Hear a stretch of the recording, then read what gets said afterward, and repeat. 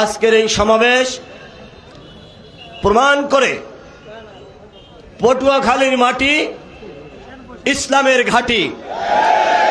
আজকের সমাবেশ প্রমাণ করে পটুয়াখালীর মাটি পীর সাহেব চরমনাইয়ের ঘাঁটি। আজকের সমাবেশ প্রমাণ করে পটুয়াখালীর মাটি শাইখে চরমনাইয়ের ঘাঁটি।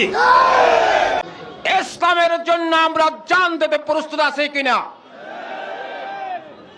আগামী দিনে ইনশাআল্লাহ আমি আমার শায়েখের দোয়ায় আপনাদের কাছে শপথ করতে পারি, আমার জান এবং মাল এই পটুয়াখালী এক আসনের জন্য খরচ হবে ইনশাআল্লাহ।